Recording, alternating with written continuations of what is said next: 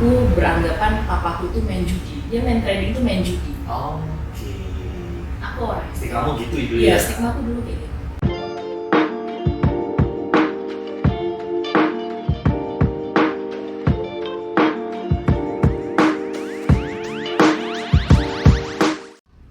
Oke, selamat pagi, hello solid people, masih berjumpa lagi di Who I Am. Ya, di episode pertama kali ini kita bakal membahas hal-hal yang mungkin random tapi juga asik.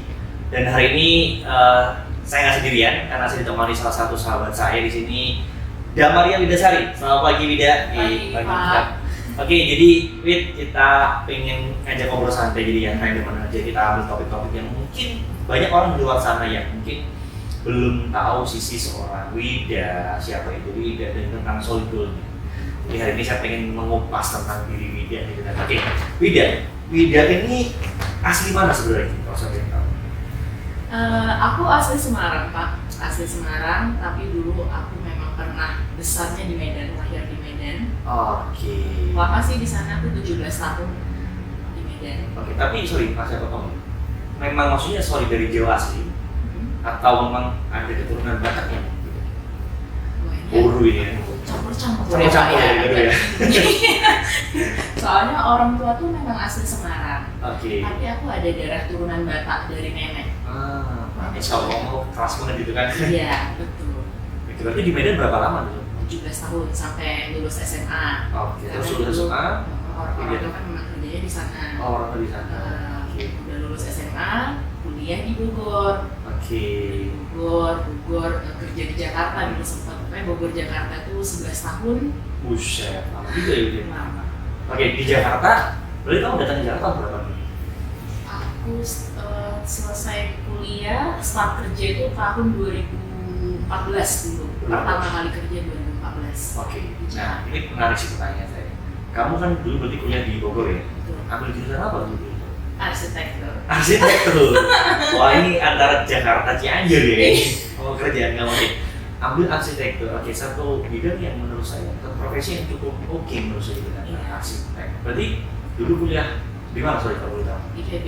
Di PMB. Oke, berarti dulu kuliah berapa tahun gitu kuliah? Kuliah S1 4 tahun setengah. Oke. 4 tahun setengah. Terus S2-nya 2 tahun. 2 tahun. Oke. Oh, berarti kamu ambil S2 juga ya di Bogor? Sama dengan di PMB? Diselang sama kerja. Jadi selesai S1 aku sempat kerja dulu Pak 3 tahun. Terus baru lanjut S2. Wah, nggak main-main nih pemirsa soal people. Jadi Wida ini ternyata secara profil singkatnya juga bukan kaleng-kaleng ya, maksudnya bisnis dia pernah kuliah di mata kuliah arsitek, bahkan sempat melanjutkan sampai magister ya juga gitu kan, sesuatu yang menurut saya juga luar biasa. Oke, nah singkat kali nih saya di Jakarta kamu kerja apa waktu itu? Aku kerja di konsultan juga Pak. Bersama di bidang Sama-sama konsultan, cuman beda bidangnya. Dulu di Jakarta yang konsultan arsitek, ya kalau di sini ya konsultan bisnis. Nah, itu. Ini yang cukup menarik ya, yang mungkin mau bicara sedikit. Kamu kan di pertama kerja kan sudah sesuai jalur nih, jadi seorang konsultan arsitek gitu kan. Tapi apa yang membuat akhirnya Wida memutuskan untuk ibaratnya banting setir, terus momenmu datang ke Semarang itu kapan dan sampai hari kamu memilih pekerjaan ini gitu, sampai kapan? Oke, jadi ini dulu waktu aku awal masuk ke sini itu tahun 2021 kan selesai wisuda 2021 awal kan dulu karena pandemi jadi wisudanya online. Nah di situ kan aku memang sudah kembali waktu mau wisuda itu aku udah kembali ke Semarang karena kalau aku pikir ngapain di Jakarta juga masih lockdown ya waktu itu ya lockdown, terus juga ya mendingan balik aja ke Jakarta nggak ngabisin biaya lagi. Terus juga di rumah kan ada orang tua, terus juga kerja juga dulu kan aku masih arsitek ya Pak, masih arsitek, masih meetingnya via Zoom, masih kirim gambar via email, itu juga bisa dilakukan di Semarang juga. Jadi aku memutuskan untuk balik 2021 awal tahun itu aku balik ke Semarang. Terus semakin berjalannya waktu orang tua itu melihat ini, kamu ngapain di sini, kok nggak kerja? Padahal kan WFH, tapi yang namanya orang tua nggak tahu WFH itu. pikiran mereka yang namanya kerja itu ya keluar. Gitu. Apalagi Semarang itu kan nggak seketat kayak Jakarta ya. Iya. Maksudnya kita masih bisa keluar ya walaupun ada pembatasannya pasti. Kalau di Jakarta Betul ke Jakarta kan sampai ada yang kayak sepi, sunyi gitu ya kan. Mati ya. Betul. Ya sudah lah. Nah di situ memutuskan ya sudah lah aku coba cari-cari logger yang kerja di kantoran. Dan setelah waktu itu aku dapat di Instagram, kamu solid gold. Aku nggak tahu, tapi aku lihat masyarakatnya kok gampang sekali. Coba lah ya. Iya. Oke. Nah, jadi itu momen pertama kali akhirnya kamu datang ke sini. Iya. Terus nah ini sesuatu juga yang mungkin jadi pertanyaan besar juga mungkin bukan cuma saya tapi mungkin para audiens juga yang nonton podcast ini. Dengan latar belakang kamu, background kamu, ini notabene seorang arsitek bahkan kamu seorang magister gitu kan. Tentunya kan biasanya ya, ada beberapa grade yang akan kamu pilih biasanya. Contohnya kayak pekerjaan yang mungkin kamu sudah kenal sebelumnya atau perusahaan yang minimal udah punya brand gitu. Nah, sedangkan solid gold kan tadi bilang belum tahu sama sekali. Kan mungkin kamu cuma melihat kayak pelamar aja gitu, siapa-siapa yang simple gitu kamu coba melamar. Akhirnya kan kamu datang ke sini kan? Iya. Nah terus saya pengen nanya, first impression kamu pada saat itu, kamu melihat kantor ini dengan segala aktivitinya gitu ya, pada saat kamu interview ya, apa yang kamu lihat pada saat itu dengan kantor ini? Aku melihat, oke, ya seperti di kantoran aku dulu pernah masuk beberapa kantor di Jakarta ya kalau meeting-meeting, oke seperti suasana kantor lainnya, ngelihat orang-orangnya juga, rapi-rapi, suasana kantor gitu. Dulu aku memang kalau di arsitek kan kita suka ada kadang di kantor, kadang ke lapangan gitu. Bajunya itu baju yang ya kadang ya baju-baju formal kerja, tapi kalau di lapangan ya kawasan ya, kayak gitu. Tapi aku lihat, cuman nah di situ tuh pertama kali aku berpikir, di sini kerja di kantoran, gila ini kayak model SCBD-nya Semarang nih gitu. Ya sih memang juga, building itu kan masih jarang di Semarang sih ya? Betul. Aku pengen kerja di kantoran, kan selama ini aku juga kerjanya kan banyak di lapangan gitu. Aku juga di Semarang, coba aku kerja di kantoran. Oke, nah terus gini, ini saya pengen tahu nih, kan kalau kita bicara audiens itu kan juga, ya ini jadi rahasia umum juga gitu kan. Tapi juga pasti tahu, maksudnya kan banyak orang yang mencari referensi itu biasanya oleh googling. Dan yang saya tahu gitu kan, maksudnya saya juga pernah ada di masa itu gitu kan, maksudnya referensi tentang perusahaan ini kan outputnya tidak semuanya positif gitu. Nah maksudnya Wida sempat nggak menjumpai itu atau memang Wida datang karena memang dia udah tahu alamatnya datang ke kantor, terus dulu udah mulai dulu nih di luar dulu gitu. Jadi aku pertama kali dapat undangan interview, aku nggak ada sama sekali cari tahu nih perusahaan apa. Datang interview, terus sempat training juga ya Kak waktu itu, training, final interview. Setelah final itu aku pulang, aku baru cari tahu. Terus perusahaan apa ini? Akhirnya kamu menemukan sebuah teman-teman yang memiliki pikiran ya? Betul. Perusahaan cari nasabah, terus tidak digaji lah, terus ada yang katanya penipuan juga. Wow, banyak banget kan rating-ratingan komen-komen Google di situ kan. Aku pikir-pikir, kenapa aku baca dari Google ya? Coba aku buka, kan ada websitenya, website perusahaan, tak buka website perusahaannya. Bapepti, pernah dijelasin saat training, tapi kan tidak begitu nyampe ya waktu itu. Aku buka ulang Bapepti, ternyata salah satu badan pengawas yang di bawahnya Kementerian Perdagangan. Pialang itu apa? Jadi setelah pulang dari training itu, aku baru benar-benar cari tahu Pak tentang perusahaan ini apa. Perusahaan ini bergeraknya di bidang perdagangan, keuangan, sejenis trading. Aku baru tahu di situ. Aku waktu itu kan memang circle itu banyak yang trading. Aku trading, teman-temanku juga ada yang trading gitu. Tapi teman-temanku ya trading yang mini ya mini. Aku cari tahu perusahaan trading gitu. Dan aku tuh benar-benar kayak nol gitu. Bahasa-bahasa trading, tip itu apa. Jadi aku sampai cari tahu kosakata. Iya, cari tahu. Itu apa, WPB itu apa. Terus ada istilah-istilah dalam trading itu aku cari tahu. Kalau Bapak nanti lihat buku catatanku pertama kali aku kesini itu ada Pak. Wah, sampai manajerku pun tahu itu. Oke, boleh dengan saya penasaran. Boleh. Nah, Oke, jadi kan dengan segala referensi sudah segitu yang kamu lihat gitu kan, maksudnya jarang menurut sudah orang di bulan kamu yang mau sedetail itu kan, berarti kan kan serius maksudnya. Nah, ada nggak pertentangan batin pada saat itu? Artinya kan ini, itu pasti kan rasional gitu ya. Kok satu inputan nih banyak yang dari Google gitu ya, kemudian kamu websitenya secara resmi seperti apa, ada bukti. Nah, dari dua informasi yang kamu dapatkan ini, akhirnya kamu memutuskan untuk lanjut gitu kan? Nah, Iya. momen itu seperti apa? Maksudnya kamu belum ngapain? Akhirnya kamu memutuskan untuk melanjutnya itu seperti apa?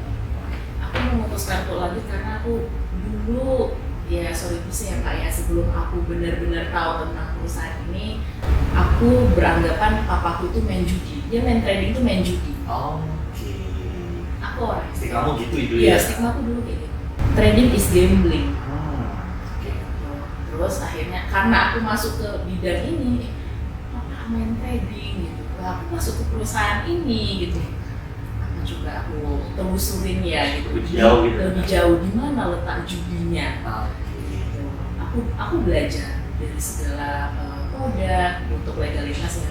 Sudah pasti kalau legalitas itu dari pertama kali aku setelah training ya Pak ya, waktu itu aku udah tahu ini perusahaan sudah legal, udah berdiri dari tahun, kalau di Semarang dari tahun 2003 ya Pak, sampai sekarang berarti kan udah 20 tahunan lebih. Perusahaan legal berdirinya di tengah kota Semarang lagi gitu ya Pak ya. Jadinya aku nggak ada masalah sama legalitas, cuman dari sistemnya aku belajar di situ. Aku belajar dari produk, katanya juga ada kebanyakan teman-teman pemain trading dia bilang trading itu apalagi saham itu bisa digoreng. Oke, yes, benar. Maksudnya tuh kayak apa? Pikiran apa gitu? Goreng gimana Pak ininya gitu? Nggak benar Kak, aku bingung di situ.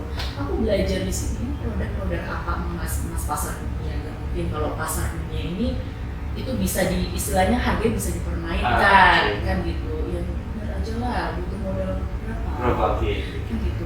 Aku juga berpikiran rasional juga ya Pak ya, kalau ditanyain orang-orang itu yang gorengan lah, itu yang bohong lah, nggak kecuali kalau memang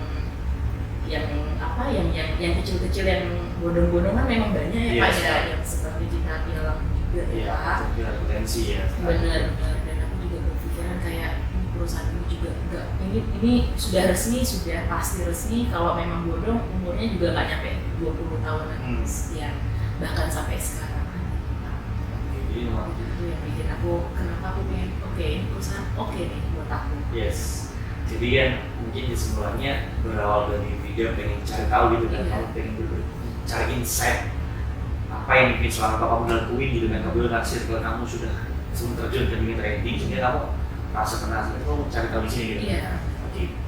Nah, tapi terus kemudian perjalanan waktu kamu kan berjalan banyak banget di sini sampai ya saya tahu karena kamu sekarang di posisi apa gitu kan. Oke, mungkin ini hal lagi perjalanan kamu dari seorang arsitek menjadi seorang konsultan keuangan, konsultan bisnis. Tadi kan apa ya, kalau istilah saya ini namanya jumping moment ya, momen yang jumping moment yang biasanya pegang kertas ya, pulpen ataupun sketch gitu kan, kamu udah mikir bentuk bangun kayak gimana. Sekarang kamu diajar dengan bagaimana bikin sebuah planning, approach dengan konsumen gitu kan. Bagaimana cara kamu mengejar, kerja tinggal, meskipun aku tahu kamu pernah kerja di konsultan gitu ya, pasti pernah juga melayani orang gitu. Tapi kan produknya berbeda banget. Nah, titik di bagian itu ya, maksudnya gimana caranya video untuk mengejar itu semuanya gitu kan, sampai ke level dimana kamu sekarang sudah seorang expert. Iya, aku yang bikin satu lagi yang bikin aku senang kenapa di sini, aku tahu jati diri aku belajar untuk mengenal siapa diri aku yang nggak pernah aku kenal di dunia arsitektur. Kalau Bapak tahu dulu aku pertama kali masuk sini, aku orangnya biasa pendiam ya Pak ya. Ternyata sih bilang, kamu yang pendiam banget, ternyata tipu saya dulu ya. Iya, apalagi zaman corona maskernya double gitu. Yang lain-lain pada buka semua maskernya double. Nah itu, terus aku paling nggak suka kalau ngobrol sama orang sebenarnya. Kecuali kalau orang tuh nanya, aku jawab. Sangat-sangat introvert, sangat-sangat tertutup sekali. Dan pada akhirnya dalam kerjaan ini mau nggak mau kan kita harus istilahnya keluar dong dari zona nyaman. Nah gitu, ini tantangan sebenarnya Kak buat aku dulu waktu awal-awal, aku bisa nggak ya? susah nggak ya gitu. Awal-awal tuh aku susah Pak, sangat susah sekali loh untuk istilahnya kayak harus basa-basi sama orang, gitu harus istilahnya cari topik apa lagi ya gitu kan, apalagi kita waktu itu kan ketemu dengan beberapa orang khusus gitu kan, tapi lama-kelamaan sering ke lapangan tahu caranya gimana cara menghadapi orang seperti ini, orang seperti ini, orang seperti ini. Gitu. Jadi ya sekarang itu ya sudah biasa sih Pak. Aku nemuin sisiku, sisi lainku, aku ternyata orangnya juga ramah. Ramah. Ya walaupun mungkin kalau ada orang-orang yang dekat sama aku ya tahu ya, ini Widanya agak sedikit kaku ini gitu kaku. Tapi kalau orang yang istilahnya belum sama sekali kenal aku ya mereka nganggap aku tuh ramah gitu, humble gitu. Ya bisa berbaur dengan siapa aja gitu. Aku bisa nutupin diri. Oke, jadi secara gak langsung kan kamu bisa mengenal kemampuan kamu bahwa ternyata Widi juga bisa punya di luar sisi introvertnya ya, versi kamu ternyata juga bisa hospitality gitu, dan kamu bisa memberikan sebuah kesan yang baik pada orang. Karena biasanya memang saya juga mengakui sih bahwa salah satu aspek yang terpenting dalam kerjaan ini adalah hospitality. Dan memang kita mau mendapatkan asahan di sini gitu. Nah, jadi gini, ini mungkin lebih ke pertanyaan lebih dalam lagi saya yakin pada saat kamu memilih pekerjaan ini kan tentunya ya namanya orang kerja, sebuah choice itu kan pasti ada pro kontra. Nah, tentunya saya pengen tanya adalah pada saat momentum kamu tadi saya bilang dari awal kamu mulai masuk industri ini dari seorang arsitek S2 lagi gitu kan, terus masuk industri ini sebagai seorang staff pada saat itu. Bagaimana tanggapan saya kalau kamu saat itu? Wah kalau itu mereka sangat-sangat menolak sekali, mulai dari orang tua, keluarga, teman-teman pastinya ya Pak. Yang mereka menolak, ngapain sih lu kerja di sana Wid? Itu teman-teman aku ya Pak. Lu itu kerja di perusahaan yang mereka beranggapan perusahaan ini perusahaan bodong. Tapi setelah aku klarifikasi, mereka tetap nggak mau dengar. Mereka tetap istilahnya tuh berpikiran seperti ya mereka udah berpikiran ini bodoh ya sudah, nggak mau benar. Iya betul, nggak mau dengar lagi penjelasan. Mau orang bilang enggak, coba buka dulu websitenya apa segala macam. Mereka nggak mau dengar sama sekali. Ya percuma aku istilahnya mencoba untuk ngomong sama temanku kan. Aku akhirnya ya di situ kan aku jadinya nggak fokus nanti sama karirku. Aku coba fokus ke karirku, benar-benar aku yakinin dalemin pekerjaan yang sekarang. Aku yakin kalau pekerjaan yang aku ambil sekarang itu jalan yang benar buat aku. Gitu. Aku bisa istilahnya ngembangin diri di sini. Aku bisa berubah juga dan jadi orang yang lebih baik lah daripada yang aku sebelumnya gitu, yang pendiam gitu. Terus semakin berjalannya waktu, aku dapat income, jenjang karir juga meningkat. Nah, terus juga ya kita juga hidup kan juga ada medsosnya ya Pak ya. Ya teman-temanku yang lama-lama itu yang tadinya menjauh gitu, keluarga yang tadinya menjauh, melihat perkembangan aku yang sekarang, penampilannya sudah oke, aku bisa beli barang yang oke lah ya gitu ya. Itu terus ya mereka berpikiran, kok kamu mau jadi lebih bagus sekarang ya gitu. Mereka yang istilahnya itu yang mendekatkan diri lagi. Tadinya udah ngebuang aku, ini mereka yang menarik lagi. Iya, bahkan ada temanku yang dulu kita satu partner dulu waktu arsitek ya, satu bestie gitu. Mereka ngeliat dia udah jadi ibu manajer ini gitu, udah banyak ya penghasilannya gitu, udah jalan-jalan keluar, pokoknya sudah enak. Kok kayaknya hidupmu tuh enak banget ya, kerjaan itu nggak ada beban apa. Mereka kan hanya tahu kan luarnya, tapi mereka nggak tahu kan prosesnya gitu. Waktu itu aku ngajak mereka, kamu mau kayak aku, ayo gitu. Tapi mereka nggak mau, ya sudah itu pilihan mereka. Kan, gitu. Jadi apapun pilihan yang kita pilih itu, kita harus tetap yakinin kalau itu yang kita pilih itu benar, kita fokus, kita tekunin, maka kita akan sukses. Nggak usah peduliin omongan-omongan orang lain, walaupun itu teman lah atau keluarga gitu. Bahkan keluarga pun kadang juga bisa ngejatuhin kita. Kita tetap istilahnya, kita punya prinsip kuat, kita yakin sama pekerjaan ini, kita lakuin, kita benar-benar fokus. Kita kasih bukti ke mereka, itu saja. itu bukti itu yang bisa jadi istilahnya kayak tamparan lah bagi mereka. Toh kita yang udah dapat hasil di sini, mereka juga akan dekat lagi ke kita. Jadi kita nggak usah sibuk yang istilahnya kamu jangan jauh lah, ayo lah gitu. Nggak usah sibuk-sibuk ngurusin orang kayak gitu. Di sini kita bisa sukses, orang-orang juga akan dekat sama kita. Oke, jadi memang pengakuan ya. Iya. Ya memang secara mainannya manusia gitu ya. Kadang-kadang memang proses itu agak disepelekan gitu kan. Cuman orang tahu hasilnya gitu. Tapi memang saya selalu sama kamu semua. Tidak semua manusia akan di fase itu gitu. Maksudnya makanya saya percaya bahwa orang-orang hebat itu bukan di saat mereka sedang naik ke atas. Tapi bagaimana caranya saat mereka lagi dibanting ke bawah, seberapa cepat mereka bangkit, nah disitu kita bisa buktiin saya. Jadi proses itu kan masih yang panjang gitu. Iya. Tentunya pro kontra dan masih ada. Tadi kamu bilang kontra itu gede gitu kan, badainya gede.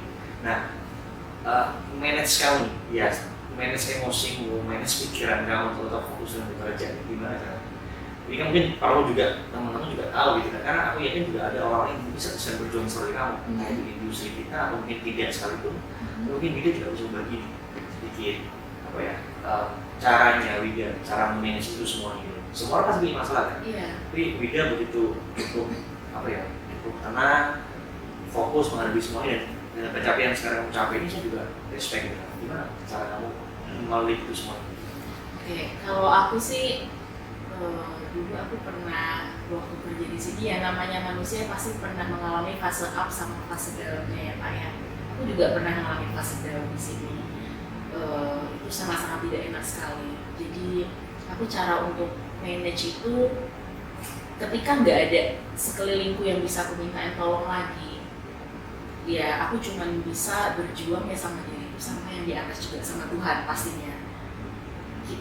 Ya gimana ya Pak, aku juga ya selama ini saya bukannya bilang semua manusia itu jelek, tapi kan kadang kan kita mau cerita ke orang, kita lihat-lihat orangnya ya Pak ya, kadang bisa nggak ya aku percaya gitu, aku bisa nggak cerita sama orang ini gitu, ada rasa istilahnya awareness lah di situ kan dalam diri aku untuk aku cerita ke orang walaupun itu temanku sendiri gitu. Jadinya aku istilahnya aku tipe orang yang mendem, aku coba istilahnya coba positive thinking, istilahnya balikan netral dulu keadaan kondisi aku, karena di saat aku kena masalah itu kan pasti kan kita pasti kan maunya nyalahin semua lingkungan lah kan gitu ya Pak ya. Aku coba untuk coba clearkan dulu, tapi itu memang butuh waktu yang lama sih, jadinya aku coba untuk berdoa sama yang di atas. Aku yang tadinya nggak pernah, kalau aku muslim ya Pak ya, nggak pernah sholat sunat, aku sholat sunat, tahajud aku kencengin gitu, bener-bener istilahnya aku tuh kayak curhat sama yang di atas, di situ aku nemuin kayak nggak tahu kenapa ya, kalau udah curhat sama yang di atas tuh kayak udah tenang, hatinya udah plong. Dan mulai dari plong itu aku bisa berpikir lagi, aku bisa mulai ngatur planning lagi, walaupun planning itu nggak bisa langsung maksudnya langsung kita lakuin ya, tapi kan harus step by step ya, kita harus bisa step by stepnya itu aku pelan-pelan aku bisa, jadi pelan-pelan itu mulai naik. Oke, panjang sekali. Oke, nah ini sekarang saya pengen itu kan perjalanannya cross up and down. Sekarang kalau bilang cross up and down, mungkin orang lebih akan headline tentang pas kita bicara up-nya. Jadi saya pengen lihat lebih jauh pas apa lebih down. Nah mungkin at least kamu udah berapa tahun ya di sini? Aku nanti Oktober tanggal 21 aku pas 2 tahun. 2 tahun kamu perjalanan sampai sekarang kamu jadi seorang business manager di consumer. Titik terendah dalam karir kamu di sini.